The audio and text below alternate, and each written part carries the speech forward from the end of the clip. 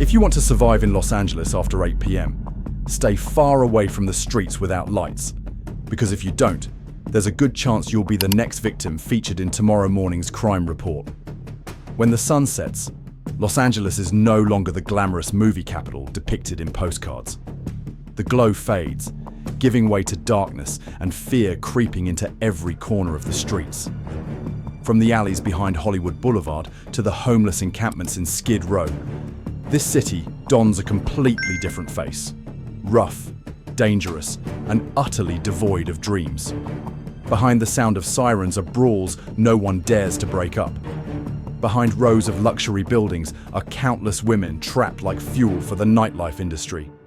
And in places where even the police hesitate to step foot, there lies an underground world where violence, vice, and despair torment the homeless souls who survive through each cold night. In this documentary, we will step into the heart of the night in Los Angeles. Not with cinematic lights, but with raw footage of a city gradually spiraling out of control. This is the story of the streets no one dares to walk, of the people who have no home to return to and are turned away by society, and of a California dream rotting day by day after each sunset. Have anyone ever warned you that if you go to LA, you should absolutely avoid stepping onto Figueroa Street at all costs? Because the price you have to pay when you step here is not just money, but sometimes even your life. Figueroa Street, or Fig, as the insiders call it, is not an ordinary street. This is the Blade, the underground name for the most famous and open red light district in Los Angeles.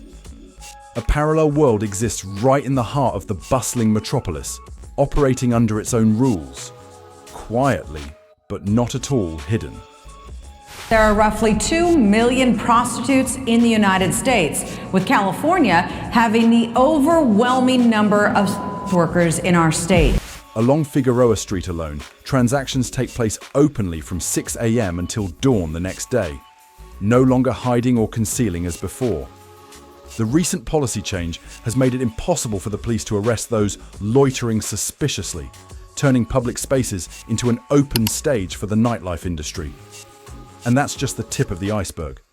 Behind it lies an underground system operating as precisely as an assembly line, with recruiters, controllers, trainers, collectors, and those bound. Some people share that they can earn between $1,000 to $1,500 each night, or up to $10,000 each week if they have regular clients. Some people serve up to 140 customers in 3 consecutive days. That is not a number to admire, but a warning about the inhumanly harsh work intensity. Some people use tricks to stay awake because sometimes working 72 hours straight is considered normal. Even scarier, there are children, possibly around the same age or even younger than your own grandchildren, who have started working in this night industry. I started working when I was 17 years old. I'm 28 now. You've been working for 11 years? For 11 years. Starting from the age of 17, now currently 28 years old.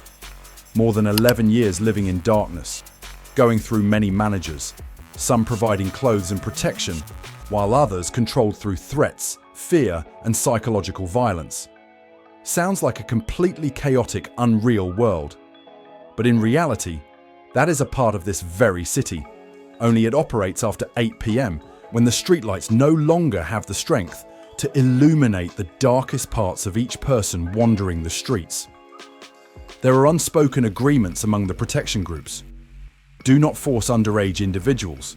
Do not use violence to keep those who do not want to stay. But the line between voluntary and having no other choice, sometimes it's just a few $100s in rent that went up last month. It's not something I want to do forever, but sometimes when you have it in you, when you have the game in you, when you have that hustle in you, it's hard to get out of it. That's what they call it. The game. A gamble, really. And no matter how the dice roll, the women out there selling dreams under streetlights are always the ones who lose. Some local residents feel anxious due to the prolonged public presence throughout the day. They are not only concerned about safety, but also worry that school children have to pass through scenes that even adults find hard to face. Meanwhile, community organizations warn that if the mental health system is not reformed and trust is not rebuilt with vulnerable populations, even those who want to withdraw will not know where to start. Los Angeles at night is not just about the dazzling neon lights or the music from rooftop bars. It is also a place where people stand alone in the dark, waiting for a call, a choice, or simply waiting for the moment to leave their shift. And while the whole city dreams of technology, real estate, and a sustainable future, these women must be using their very lives to barter for survival. So what truly defines a civilized city? Is it the constant development, or is it the ability for anyone to exist without compromising their own dignity? Do you believe it? No matter where you drive in Los Angeles, from downtown to Venice Beach, from the financial district to the peaceful residential areas, sooner or later, you will see a homeless person sitting by the roadside. Not in your imagination, but in real life. They are in elevators, under bridges, in old cars, anywhere they can rest at night. It used to be confined to certain areas, but now pretty much anywhere in the city you go, you'll see someone experiencing literal homelessness. That presence is no longer confined to Skid Row. It has infiltrated every corner of the city. And what scares people the most is not that scene, but the fragility of what we once had in reality. Because they also understand that we are all just a paycheck away from being homeless. From the shadows of a makeshift tent made of tarps, scrap metal, and cardboard boxes, you can see the twinkling lights of luxury apartments, where the average price has exceeded $800,000. That contrast is not just an image. It is a symbol of a social crisis eroding the most valuable values of Los Angeles. While GDP is increasing and unemployment rates are decreasing, the richest still hold the majority of global income, leaving the rest as mere scraps. Since 1980, the richest 1% have been taking an increasingly larger share, while half of the world's population has been left behind. About 150 million homeless people worldwide, 1.6 billion people living in inadequate housing. Those numbers are no longer warnings, but the reality. The reason is simple and harsh. Rent prices are rising, but incomes are not. To rent an average apartment in the US, you need to earn at least $16.35 per hour, double the federal minimum wage. For those working in the service, transportation, or construction industries, that is an unattainable threshold. And when money is not enough to have a home, a temporary tent becomes the last option. No one is born to live in a tent, but many are forced to choose that way, simply because they have no other choice. So what about the solution? In Finland and Denmark, they start by providing housing first, and then gradually address other issues such as crime, mental health, or unemployment. Housing first. Housing is the foundation of everything. And the result is, the homelessness rate in these two countries is decreasing, even as the number is rising across Europe. In the US, we are taking the opposite path. Instead of investing in sustainable housing, we spend money on the police, the courts, and temporary cleanup operations, just to push homeless people out of sight. But is that really the optimal solution? And the cost of living has not caught up with the cost of housing, and that's driving homelessness. And it's a national crisis. It's not being addressed. A statistic shows that the cost of processing a homeless person through the criminal justice system is higher than providing them with a permanent home. But that still doesn't stop temporary eviction campaigns, like the incident at the Santa Ana riverbank, where more than 1,000 people were forced to leave, but only a few dozen temporary beds were prepared. Thus, they lose their shelter, and there is nothing to replace it. Perhaps it is time for us to stop viewing Los Angeles as an exception, but rather as a mirror for the entire country. Homelessness is no longer an issue of other cities. It is spreading to every community. And if a civilization so modern, so wealthy, allows its people to build houses from trash and live in tents, then what kind of society do we want to live in? If you have ever set foot in downtown Los Angeles, you might not be able to imagine that right in the heart of this city, where the skyscrapers still shine brightly every night, there exists another city called Skid Row. Not a small slum or a temporary corner. Skid Row is the epicenter of the most severe homelessness crisis in the United States, where thousands of people live crammed together among trash, dangerous medical devices, and hopes that have faded over the years. Over more than 50 city blocks, Skid Row has formed a massive tent ecosystem, without electricity, water, or sanitation, where the United Nations once described as shocking. This is no longer a local issue, but an open wound in the heart of one of the wealthiest cities in America. But what makes Skid Row even more painful is not just the sight of thousands of tents, but the living conditions behind it. There are only 9 public toilets serving about 2,000 people, many of which lack toilet paper, soap, and are frequently removed. The streets are overflowing with waste, human excrement, and hazardous medical supplies, becoming an ideal breeding ground for infectious diseases. In fact, there was an outbreak of hepatitis A from San Diego that spread up to Los Angeles, originating from such encampments. Worse still, Skid Row is a gathering place for silent suffering. More than 50% of the homeless here are caught up in vice, and about 25% live with untreated mental illnesses. These people cannot find suitable medical facilities, nor do they have a place to recover. The average life expectancy in Skid Row is only 48 years, nearly 30 years lower than the national average. In the middle of the 21st century, in a country with the largest GDP in the world, there are still neighborhoods where people suffer from reduced lifespan, simply because they lack a roof over their heads and a place to be heard. The vicious cycle of poverty, homelessness, criminalization has never been broken. Many people, after being released from prison, have no paperwork, no access to support, and are pushed straight onto the streets. After that, they are fined for minor offenses like jaywalking, and if they cannot pay the fine or go to court, they are arrested again, have their records kept, and start all over. That cycle doesn't create opportunities, it only creates more tragedy.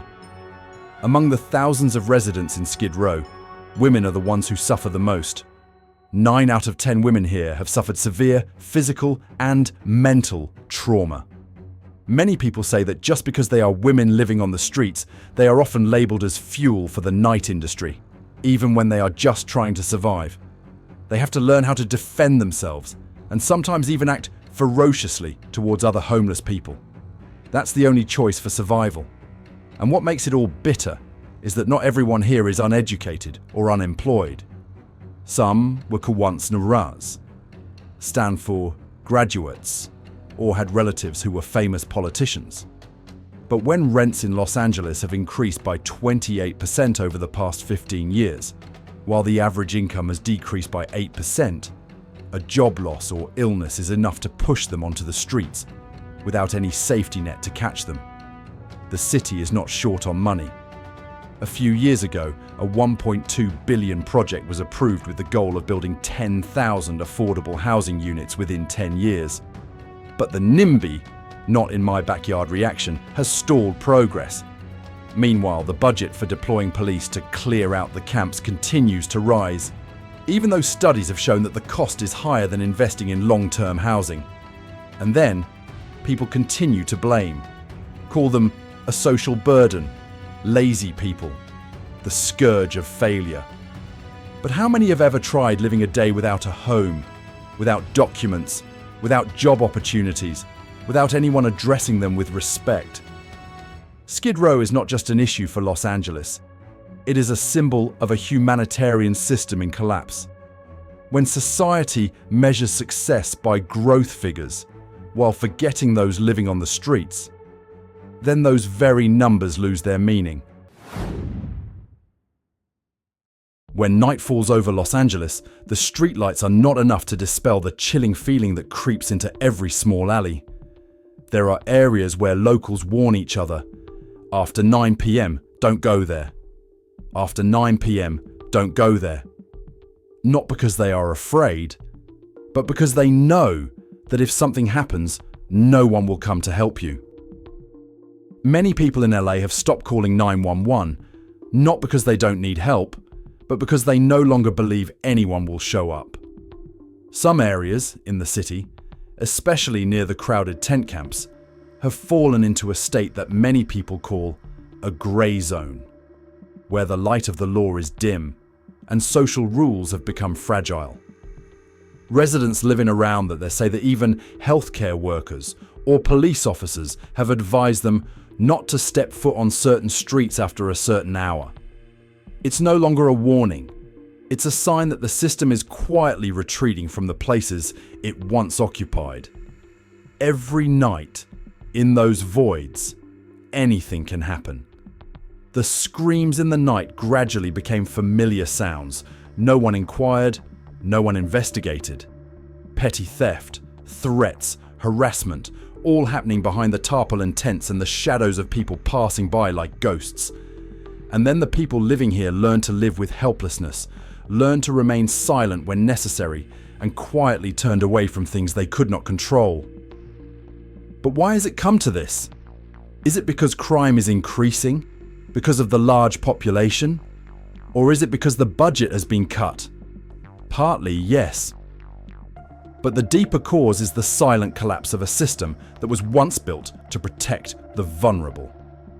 For many years, instead of investing in long-term solutions like social housing, community mental health services, and early intervention programs, we have chosen firefighting approaches, clearing tent camps, increasing short-term patrols, erecting temporary barriers, and then repeating. But as everyone in LA knows, you can't hide a storm with a torn umbrella. Crime, injustice, silence.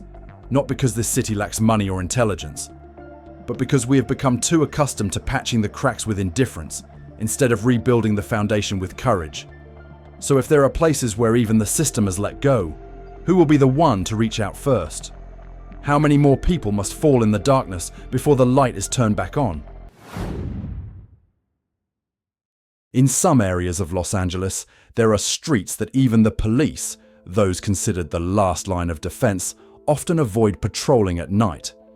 Not because they are irresponsible, but because the system itself is overwhelmed, fragile, and sometimes powerless. When night falls, there are places that are no longer part of the City of Lights. Those are the forbidden underground zones, places where distress calls are often deprioritized, where streetlights have been broken for a long time without anyone fixing them, where screams gradually fade away because no one responds. A resident in South Central once shared, "After 8 p.m., you only have yourself. If something happens, it's best to handle it yourself, because the police might not arrive in time or might not come at all. It appears your message is empty. Could you please provide the text you'd like me to translate?"